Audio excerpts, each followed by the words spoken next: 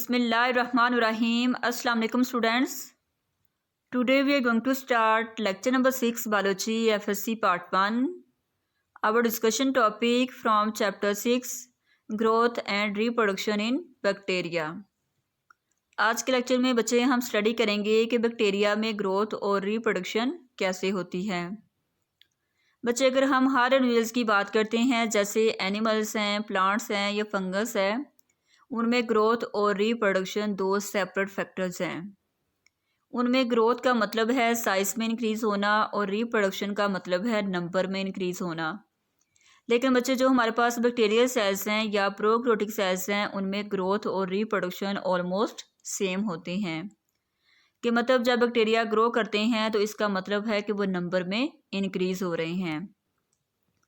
सबसे पहले हम देख लेते हैं what is bacterial growth. Bacterial growth is the increase in number of bacterial cells is called bacterial growth। मतलब जो हमारे पास बैक्टीरियल सेल्स हैं उनका नंबर जब इंक्रीज होता है तो उसको हम कहते हैं बैक्टीरियल ग्रोथ। अब ये बच्चे नंबर कैसे इंक्रीज होता है, तो नंबर जो बैक्टीरिया के अंदर इंक्रीज हो रहा है वो एसेक्सुअल रिप्रोडक्शन से हो रहा है। What is asexual reproduction? Asexual reproduction वो रिप्रोडक्शन होती है जिसमें बच्चे सिंगल पेरेंट बॉडी जो है वो इन्वॉल्व होती है और उससे जो है वो नई जनरेशन जो है वो बनती है। एसेक्सुअल का मेथड जो कि बैक्टीरियल सेल के अंदर या प्रोकैरियोटिक सेल्स के अंदर होता है उसको हम क्या बोलते हैं? बाइनरी फिशन बोलते हैं। Binary fission is the method of asexual reproduction in which one parent body is involve for the production of new generation. ठीक है, तो सबसे पहले हम डिस्कस कर लेते हैं बाइनरी फिशन को कि बाइनरी फिशन क्या होती है। Binary fission is associated with two words binary and fission. Binary mean two and fission mean break down. के मतलब जब एक प्रोकैरियोटिक सेल या बैक्टीरिया सेल जो है उनमें डिवीजन होती है तो वो डिवाइड होके टू आइडेंटिकल डॉटर सेल्स बनाते हैं। टू आइडेंटिकल डॉटर सेल्स का क्या मतलब है कि इसके अंदर बच्चे क्रोमैटिक मटेरियल वो होगा जो कि प्रोकैरियोटिक सेल की पेरेंट बॉडी के अंदर था।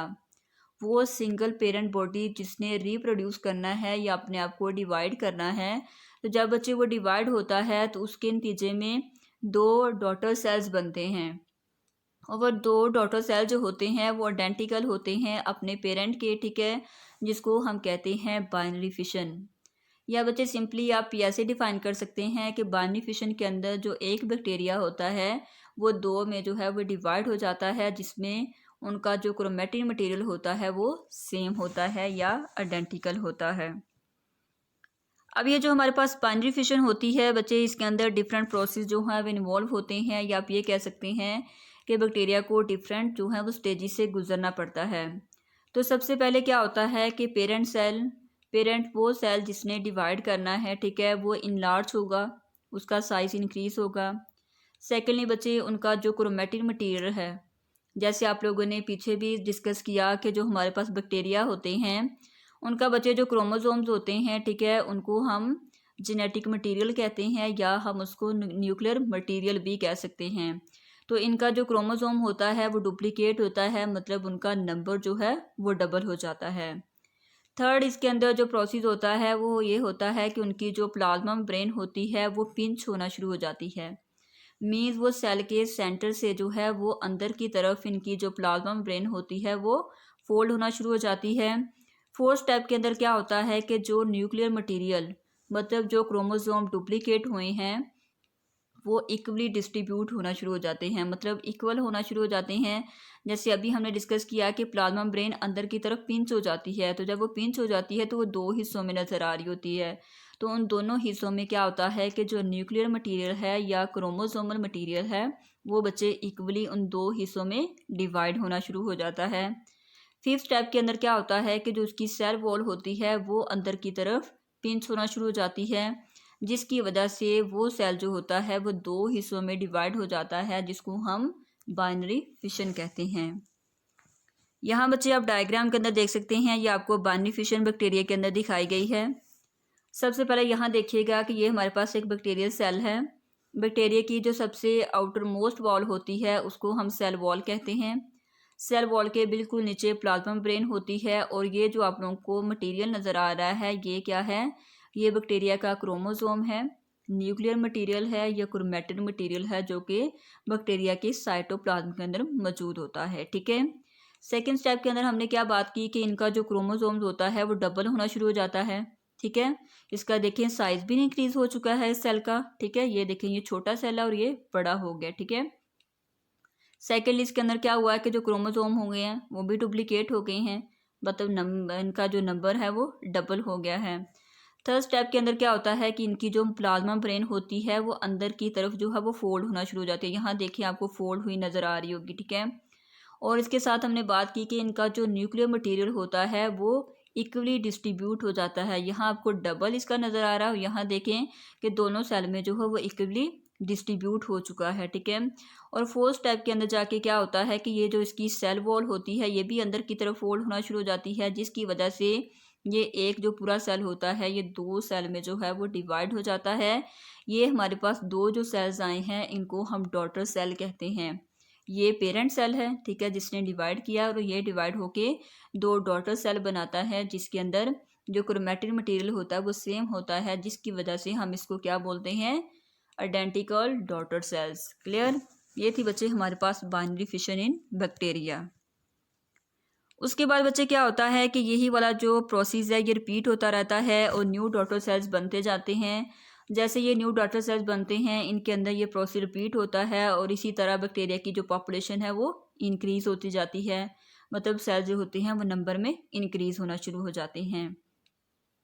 जैसे ही बच्चे ये डिवीजन कंप्लीट होती है तो जो बैक्टीरिया होते हैं उनके अंदर ग्रोथ स्टार्ट हो जाती है और उनके अंदर डिफरेंट फीचर जो होते हैं वो डेवलप होते हैं ताकि वो अपना प्रॉपरली फंक्शन परफॉर्म कर सकें। उसके बाद बच्चे हमारे पास है जनरेशन टाइम। जनरेशन टाइम हम उस टाइम पीरियड को कहते हैं जब एक बैक्टीरिया सेल डिवाइड होना शुरू होता है और जब तक डिवाइड नहीं हो जाता उस सारे टाइम पीरियड को हम जनरेशन टाइम कहते हैं।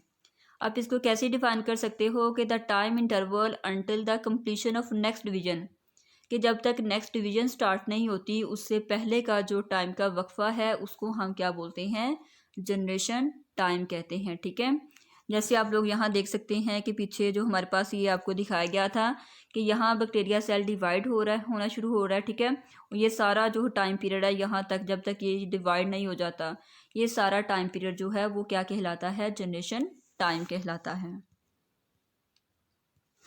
उसके बाद बच्चे हमारे पास है बैक्टीरियल ग्रोथ कर्व, कि जो बैक्टीरिया के अंदर ग्रोथ हो रही है वो कैसे किन फेजी से गुजर के होती है, मतलब ये बैक्टीरिया जो होते हैं कैसे डिवाइड होना शुरू होते हैं। ठीक है, तो इसकी बच्चे हमारे पास 4 फेजेस हैं। सबसे पहले जो फेज़ है वो है लैग फेज़, जिसमें बैक्टीरिया अपने आप को प्रिपेयर करता है डिवीजन के लिए। सेकेंड इसकी फेज़ है लॉग फेज़, थर्ड इसकी स्टेशनरी फेज़ है और लास्ट इसकी है डेथ या डिक्लाइन फेज़। ये 4 फेजेस है जिसके थ्रू जो है वो बैक्टीरिया की ग्रोथ कंप्लीट होती है। सबसे पहले बच्चे हमारे पास है लैग फेज़। लैग फेज़ जो है ये सबसे पहली फेज़ है जिसके अंदर जो है ग्रोथ नहीं होती, बल्कि बैक्टीरिया क्या करता है, अपने आप को प्रिपेयर करता है, किसके लिए, डिवीजन के लिए, अपने आप को डिवाइड करने के लिए ये अपने आप को प्रिपेयर करता है। उस फेज़ को हम क्या बोलते हैं, लैग फेज़ बोलते हैं।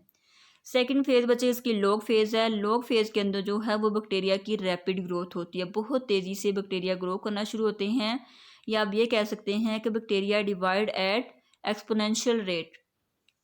एक्सपोनेंशियल रेट किसे कहते हैं, डबल रेट को। यहाँ देखिए कि सिर्फ अपनी प्रिपरेशन की है बैक्टीरिया ने, लेकिन यहाँ बैक्टीरिया ने अपने आप को इतनी तेज़ी से ग्रो करवाया है कि उसका जो रेट हो गया है वो डबल हो गया है। इस फेज़ को बच्चे हम लॉग फेज़ कहते हैं। थर्ड इसकी जो फेज़ है उसको हम स्टेशनरी फेज़ कहते हैं। इसके अंदर बच्चे बेसिकली क्या होता है कि जो बैक्टीरिया का डेथ रेट होता है वो इक्वल हो जाता है बैक्टीरिया की रिप्रोडक्शन के रेट के बराबर, मतलब जितने बैक्टीरिया मर रहे होते हैं उतने ही बैक्टीरिया जो है वो बन रहे होते हैं। तो इस फेज़ को हम स्टेशनरी फेज़ कहते हैं। Means bacteria death rate is equal to bacteria rate of reproduction, मतलब बैक्टीरिया का बनना जो है वह बैक्टीरिया के मरने के बराबर रेट हो जाता है, जिसको हम स्टेशनरी फेज़ कहते हैं। एक फेज़ बच्चे ऐसी आती है जिसके अंदर क्या होता है कि जो बैक्टीरिया होते हैं वो मरना शुरू हो जाते हैं। ठीक है, और बैक्टीरिया की जो है डेथ होना शुरू हो जाती है और इस फेज़ को हम डिक्लाइन फेज़ कहते हैं। इस इधर बेसिकली क्या होता है कि जो रिप्रोडक्शन रेट होता है वो कम हो जाता है और जो मरने का रेट होता है वो ज़्यादा हो जाता है। Means death rate is more than the reproduction rate. इस फेज़ को हम डेथ या डिक्लाइन फेज़ भी कहते हैं। यहाँ बच्चे बेसिकली क्या हो रहा है कि फॉर एग्जांपल आप लोग किसी कल्चर मीडिया के अंदर जो है या किसी लेबॉर्ट्री के अंदर क्या कर रहे हैं, बैक्टीरिया को ग्रो करवा रहे हैं। जब आप बैक्टीरिया को ग्रो करवा रहे होते हैं तो आपने कल्चर मीडिया तैयार किया होता है। उस कल्चर मीडिया के अंदर वो तमाम न्यूट्रिएंट्स मौजूद होते हैं जो कि बैक्टीरिया की ग्रोथ के लिए ज़रूरी होते हैं। तो आपने एक टैंक लिया है, उसके अंदर आपने ग्रोथ मीडिया तैयार किया है, ठीक है। उसके अंदर आपने बैक्टीरिया को ग्रो करवाना शुरू किया है, मतलब एक बैक्टीरिया आपने उस ग्रोथ मीडिया के अंदर रख दिया है। अब यहाँ पहले फूड ज़्यादा है और बैक्टीरिया कम है, बैक्टीरिया एक ही है। तो वो बैक्टीरिया जब अपने आप को तैयार करेगा तो उसकी सबसे पहली फेज़ होगी जिसको हम लैग फेज़ कहते हैं, ठीक है। सेकेंडली क्या होगा कि जो हमारे पास लैग फेज़ होगी उसके अंदर जो बैक्टीरिया का रेट होगा वो डबल होना शुरू हो जाएगा, मतलब ज़्यादा बैक्टीरिया बनना स्टार्ट हो जाएंगे क्योंकि अभी उनको फूड अवेलेबल है। थर्ड फेज़ के अंदर भी क्या होगा कि फूड अवेलेबल है, बैक्टीरिया का रेट भी ज़्यादा हो रहा है, ठीक है, और उनकी जो डेथ रेट है वो भी उसके इक्वल हो रहा है, जिसको हमने स्टेशनरी फेज़ का नेम दिया।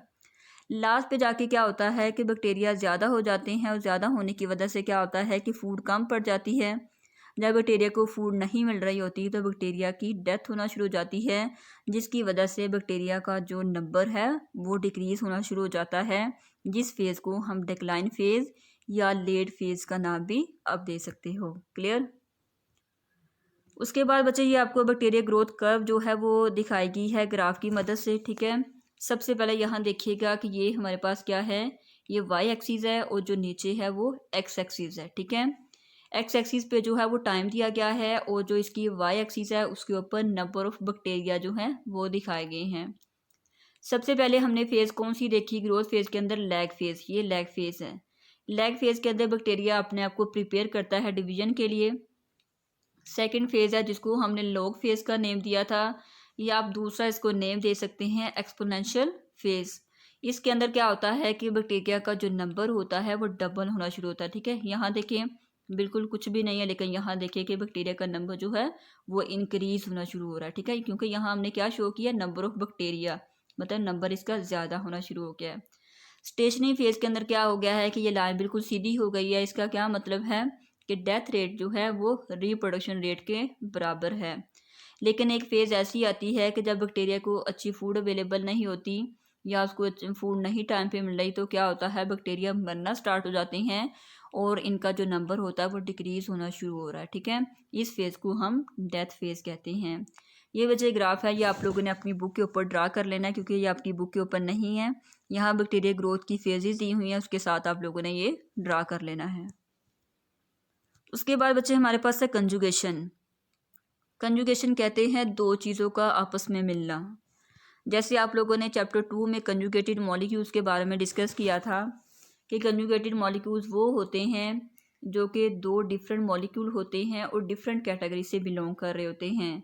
जब वो कंबाइन होते हैं तो कंजुगेटेड मॉलिक्यूल्स बनाते हैं, ठीक है। इसी तरह बच्चे जो बैक्टीरिया होते हैं उनके अंदर भी कंजुगेशन का प्रोसेस होता है। इसके अंदर भी क्या होता है कि एक बैक्टीरिया जब अपना जेनेटिक मटेरियल किसी दूसरे बैक्टीरिया के साथ ट्रांसफ़र कर रहा होता है या चेंज कर रहा होता है तो उस प्रोसेस को हम क्या बोलते हैं, कंजुगेशन बोलते हैं। यहाँ भी बच्चे क्या हो रहा है कि दोनों बैक्टीरिया जो होते हैं उनका जेनेटिक मटेरियल डिफरेंट है। तो अगर एक बैक्टीरिया का जेनेटिक मटेरियल अच्छा है, मतलब अच्छा कहने का ये है कि वो इन्वायरमेंटल कंडीशन को बियर कर सकता है। सिंपली अगर मैं ये कहूँ कि हमारे पास दो बैक्टीरिया हैं, एक बैक्टीरिया ऐसा है कि उसका जेनेटिक मटेरियल बहुत अच्छा है जिसकी वजह से वो इन्वायरमेंटल कंडीशन को बियर कर सकता है, लेकिन दूसरा बैक्टीरिया ऐसा है जो कि इन्वायरमेंटल बैक्टीरिया को बियर नहीं कर सकता क्योंकि उसका जेनेटिक मटेरियल क्या है, अच्छा नहीं है, मतलब वो इन्वायरमेंट को बियर नहीं कर सकता। तो वो जिसका अच्छा जेनेटिक मटेरियल होता है वो दूसरे बैक्टीरिया के साथ या अपने दूसरे भाई के साथ जो वह शेयर करता है, उस जेनेटिक मटेरियल को शेयर करने की वजह से वो जो दूसरा बैक्टीरिया इन्वायरमेंटल कंडीशन को बियर नहीं कर रहा था तो वो भी करना स्टार्ट हो जाता है। तो उस प्रोसेस को हम क्या बोलते हैं, कंजुगेशन बोलते हैं, ठीक है। ये हम लोगों ने प्रीवियस में भी जो है पढ़ा था, जब हम इसका स्ट्रक्चर डिस्कस कर रहे थे तो कंजुगेशन के बारे में हमने डिस्कस किया था कि जब एक बैक्टीरिया अपना जेनेटिक मटेरियल दूसरे बैक्टीरिया के साथ शेयर करता है तो उस प्रोसेस को हम कंजुगेशन कहते हैं। अब बच्चे जो हमारे पास बैक्टीरिया होते हैं उनके अंदर ना तो सेक्सुअल रिप्रोडक्शन होती है ना ही उनके अंदर माइटोसिस होती है। ये दोनों चीज़ें उनके अंदर एब्सेंट होती हैं क्योंकि इनके अंदर जो डिवीजन का प्रोसेस होता है वो बाइनरी फिशन से होता है, जो कि अभी हमने पीछे डिस्कस किया। अब ये बच्चे कंजुगेटेड बैक्टीरिया जो होते हैं ये अपना जेनेटिक मटेरियल कैसे ट्रांसफ़र करते हैं, किन के थ्रू करते हैं, तो इनके अंदर बच्चे सेक्स पेलाई होती हैं। पेलाई के बारे में आप लोगों ने बैक्टीरिया के स्ट्रक्चर के अंदर डिस्कस किया था कि पेलाई जो होती हैं ये थ्रेड लाइक अपेंडेजेस होती हैं जो कि बैक्टीरिया की मेन बॉडी से बाहर निकली होती हैं और वो स्पेशल प्रोटीन पेलाइन से बनी होती हैं। इन पे पेलाई की वजह से क्या करते हैं बैक्टीरिया अपना जेनेटिक मटेरियल एक बैक्टीरिया से दूसरे बैक्टीरिया में ट्रांसफ़र करते हैं। ठीक है, इनके एडवांटेज क्या हैं, मतलब कंजुगेशन के एडवांटेज क्या है। इसकी वजह से क्या होता है कि बच्चे न्यू जेनेटिक कम्बिनेशन बनते हैं।